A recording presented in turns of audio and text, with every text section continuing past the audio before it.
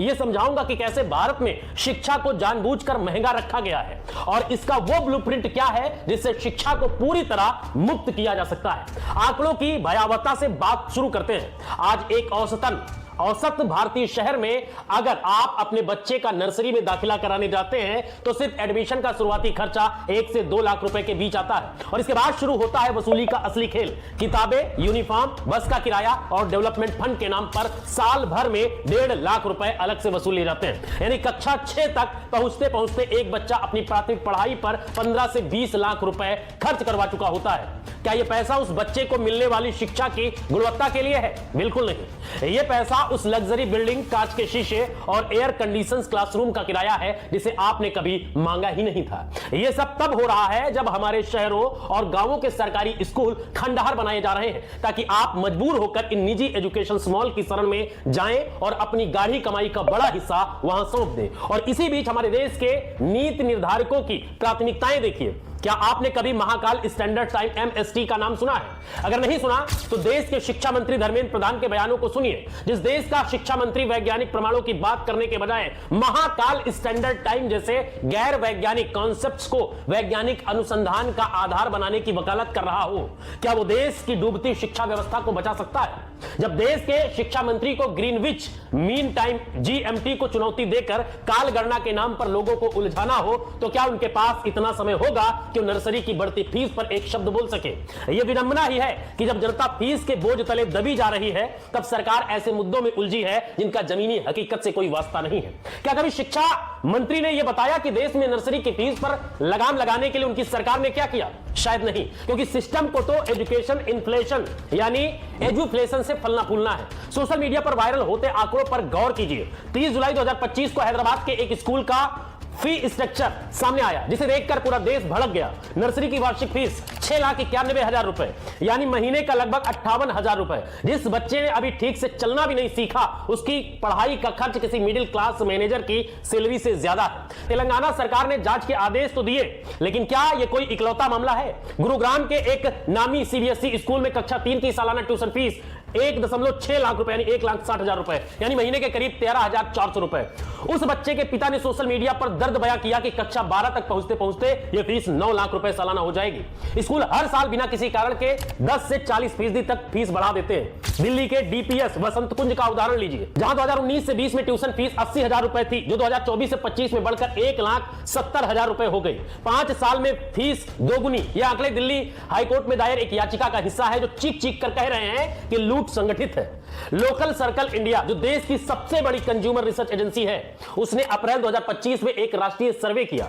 15,461 अभिभावकों से जब सवाल पूछे गए तो 44% पेरेंट्स ने माना कि पिछले 3 सालों में उनके बच्चों की फीस 50 से 80% तक बढ़ गई है। ये किसी एक स्कूल की मनमानी नहीं है, बल्कि ये एक पूरा सिस्टम है जिससे डिकोड करना जरूरी है। इस एडुफ्लेशन यानी एजुकेशन इन्फ्लेशन का गणित समझिए। एडु फंड की जनवरी 2026 की रिपोर्ट बताती है कि भारत में शिक्षा की महंगाई दर 11 से 12% सालाना है, जबकि सामान्य उपभोक्ता महंगाई दर CPI से यानी 5 से 5.5% है। यानी शिक्षा की महंगाई आम महंगाई से दोगुनी रफ्तार से भाग रही है। 2025 से 26 के खर्च का हिसाब लगाए तो मुंबई जैसे शहर में एक मिड रेंज स्कूल में नर्सरी से 12 तक खर्च 20 से 30 लाख रुपए है, जबकि एलिट स्कूलों में 61 लाख के पार चला जाता है। दिल्ली और पुणे की स्थिति भी इससे अलग नहीं है, जहां एलिट स्कूलों में यह आंकड़ा 75 लाख रुपए तक पहुंच रहा है। लेकिन रुकिए, इस मोटी फीस में ट्रांसपोर्ट, ड्रेस, किताबें, वो जादुई डिजिटल एक्सेस कार्ड शामिल नहीं है जिसमें कीमत 500 की जगह 1500 रुपए वसूली जाती है। साथ ही पोट्री क्लासेस, स्विमिंग और पेरेंट्स ओरिएंटेशंस के नाम पर जो एक्स्ट्रा चार्ज लिए जाते हैं वो अलग है। बेंगलुरु के एक अभिभावक ने लिखा कि हर साल 10 से 40% फीस बढ़ाने के बाद भी स्कूल में कोई सुधार नहीं करते, बस एक नई डिमांड लिस्ट थमा देते हैं। स्कूल नेट सर्वे का एक चौंकाने वाला डेटा भी कहता है कि भारतीय माता पिता अपनी कुल सालाना घरेलू आय का 20 से 25%, 30% हिस्सा सिर्फ स्कूल शिक्षा पर खर्च करते हैं। और अगर इसमें होम लोन की 30 से 35% EMI जोड़ दी जाए तो एक मध्यम वर्गीय परिवार की 60 से 65% कमाई तो सिर्फ घर और पढ़ाई में चली जाती है। खाना, कपड़ा और मेडिकल का खर्च तो अभी बाकी है।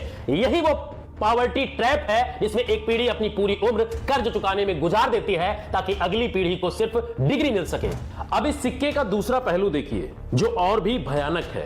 भारत सरकार के अपने डेटाबेस UDISE प्लस 2024 और 25 के मुताबिक पिछले 7 सालों में भारत में 81,221 सरकारी स्कूल बंद कर दिए गए। 2017 से 18 में जहां देश में करीब 11 लाख सरकारी स्कूल थे, वहीं 2024 से 25 में यह घटकर 10.13 लाख रह गए और इसी दौरान प्राइवेट स्कूलों की संख्या में 4.09% की बढ़ोतरी हुई। और सबसे दुखद आंकड़ा यह है कि इन्हीं 7 सालों में 1,81,00,000 बच्चे स्कूल सिस्टम से ही बाहर हो गए। जब सरकारी स्कूल बंद होंगे तो गरीब और मिडिल क्लास बच्चा कहां जाएगा? जाहिर है या तो वो इन महंगे स्कूलों की बलि चढ़ेगा या फिर पढ़ाई छोड़ देगा। हमारे शिक्षा मंत्री महाकाल स्टैंडर्ड टाइम की बात करते हैं, लेकिन क्या उनके पास इस बात का जवाब है कि 25,000 से ज्यादा स्कूलों में आज भी बिजली नहीं है? UDISE का डेटा कहता है कि केवल 65% सरकारी स्कूलों में कंप्यूटर हैं और उनमें से भी 58% ही चालू हालत में हैं। ग्रामीण भारत की हकीकत बयां करने वाली ASER 2024 की रिपोर्ट और भी डरावनी है। कक्षा 3 के 50% से ज्यादा बच्चे बुनियादी आकृतियों तक को नहीं पहचान पा रहे हैं। सरकारी स्कूलों में इंफ्रास्ट्रक्चर को जानबूझकर कमजोर रखा गया है ताकि लोग मजबूरन निजी स्कूलों की तरफ भागे। और जब आप निजी स्कूलों में जाते हैं तो वहां कानून भी आपका साथ नहीं देता। सुप्रीम कोर्ट ने 2021 में एक रूलिंग दी थी कि राज्य सरकारें अनएडेड प्राइवेट स्कूलों की फीस में सीधे दखल नहीं दे सकती, बस मुनाफाखोरी रोक सकती हैं। और इसी स्कूल ऑटोनॉमी का फायदा उठाकर ये संस्थान अपनी मर्जी का रेट कार्ड चलाते हैं। बेंगलुरु में 2025 में जब फीस बढ़ी और पेरेंट्स ने विरोध किया तो प्राइवेट स्कूल एसोसिएशन ने अपनी बड़ी आसानी से इसे डिफेंड कर लिया और सरकार मूक दर्शक बनी रही। इस पूरी कहानी में एक बहुत बड़ा आर्थिक स्वार्थ छिपा है। फिक्की, FICCI और EY की 2024 की रिपोर्ट कहती है कि भारत का private education market 5.5 lakh crore रुपए का हो चुका है और यह हर साल 16% की दर से बढ़ रहा है।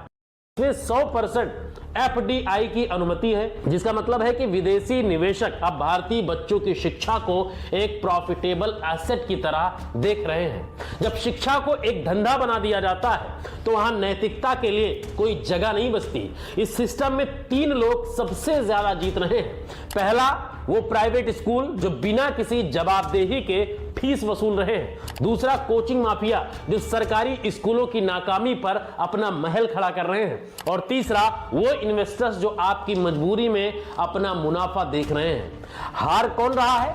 हार रहा है वो पिता जो अपनी छुट्टियां और खुशियां बेचकर स्कूल की फीस भर रहा है, और वो गरीब बच्चा जिसके स्कूल की छत गिर चुकी है।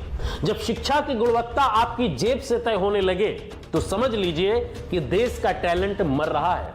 मिडिल क्लास पेरेंट्स जानते हैं कि वे लूटे जा रहे हैं, लेकिन वे अपने बच्चों का भविष्य दांव पर नहीं लगा सकते। ये एक ऐसा चक्र है जिसे केवल मजबूत राजनीतिक इच्छा शक्ति ही तोड़ सकती है। समाधान क्या है? समाधान यह है कि पहला, शिक्षा कि जब हम अनपढ़